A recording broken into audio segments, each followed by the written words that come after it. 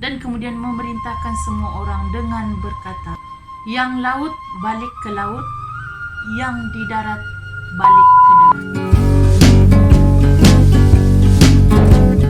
Hey guys, welcome back to my channel. Hari ini saya akan bercerita tentang sebuah kisah urban legend atau lebih dikenali sebagai cerita rakyat yang berasal daripada Malaysia dan budaya ikutan turun-temurun, iaitu tentang kisah Ulik Mayang. Dan sebelum saya melanjutkan cerita ini, apa kata kita tengok dahulu sejarah dan asal-usul Ulik Mayang ini. Check this out.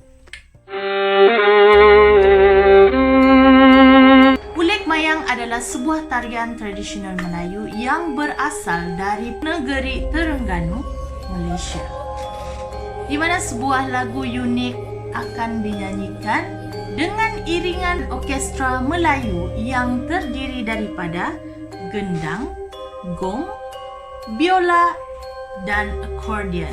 Sebenarnya terdapat pelbagai versi tentang legenda Ulik Mayang ini. Dan menurut salah satu darinya, tarian ini berasal dari upacara rawatan kuno yang dilakukan oleh seorang bomoh ke atas pesakitnya, iaitu seorang nelayan yang berada dalam keadaan tidak sedar kerana dipercayai dipukau oleh putri laut yang jatuh cinta kepada. Kisah ini bermula apabila pada zaman dahulu ada sekumpulan nelayan ini turun ke laut untuk mencari rezeki. Maksudnya ialah kalau nelayan sudah turun ke laut, mesti diorang pergi menjala ikan kan? Takkan pula menjala ayam-ayam. Tiada ayam di situ kan? Semasa perahu mereka ini berada di tengah-tengah laut, tiba-tiba datang ribut yang sangat dahsyat diikuti dengan angin yang terlalu kuat sehingga menyebabkan perahu yang mereka naik ini terbalik dan semua nelayan yang ada di perahu itu tercampak masuk ke dalam laut. Dan dipendekkan cerita, oleh kerana sudah terlalu penat berenang untuk menyelamatkan diri masing-masing, akhirnya sekumpulan nelayan ini pengsan, kemudian mereka dibawa arus sehingga ke persisiran pantai. Untung nasib mereka ini, akhirnya seorang demi seorang daripada mereka tersedar dan hanya seorang sahaja nelayan yang pada ketika itu tidak sedarkan diri. Dan apabila kawan dia ni cek, dia punya dadi masih ada, dia punya degupan jantung pun masih ada, tetapi apabila mereka cuba untuk membangunkan beliau daripada ketidaksedaran itu, malangnya beliau tidak sedarkan diri, seolah-olah berada di dalam keadaan yang koma. Dan kononnya disitulah mereka mempercayai bahawa semangat si nelayan yang tidak sedarkan diri ini terperangkap di alam bunian.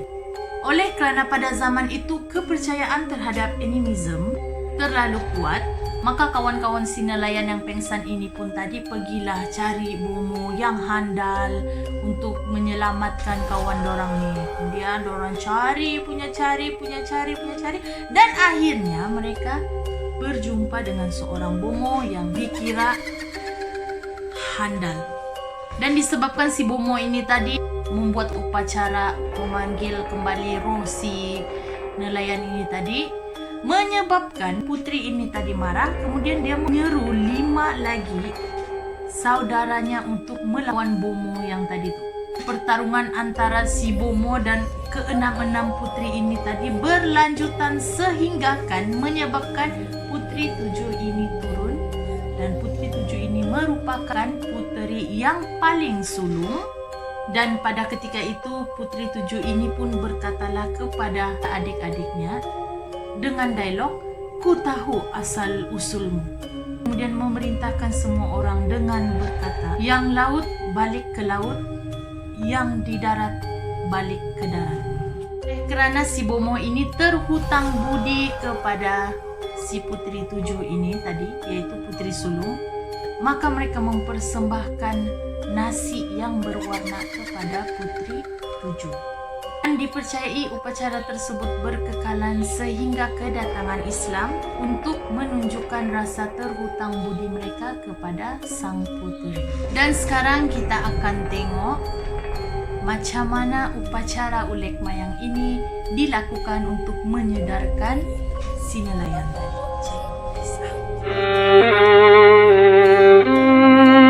Upacara ulek mayang ini dipercayai mengandungi mantra yang digunakan untuk memujuk roh atau semangat. Perkataan mantra berasal daripada bahasa Sanskrit, yaitu mantra atau lebih dikenali sebagai manir, yang merujuk kepada ucapan-ucapan kudus dalam kitab-kitab Veda. Dan dipercayai ia mengandungi unsur-unsur mistik dan jampi serampah. Persembahan ulek mayang ini dimainkan dengan menggunakan mayang pinang yang merupakan bahan utama dalam tarian ulek mayang. Kemudian mayang tersebut akan dibangkitkan dan dibangunkan dengan semah padi. Semah ini bermaksud sajian yang merupakan makanan. Salah satu contoh yang sering digunakan mereka adalah nasi pulut kuning. Dan selain makanan, mereka juga menghidangkan binatang-binatang yang terpilih dan sebagainya untuk dipersembahkan kepada makhluk halus. Untuk menyembuhkan pesakit, Bomo ini akan menggunakan mayang pinang ini yang masih lagi berada di dalam seludangnya. Dikatakan sekiranya seludang mayang pinang ini pecah, maka ianya tidak boleh digunakan di dalam ritual.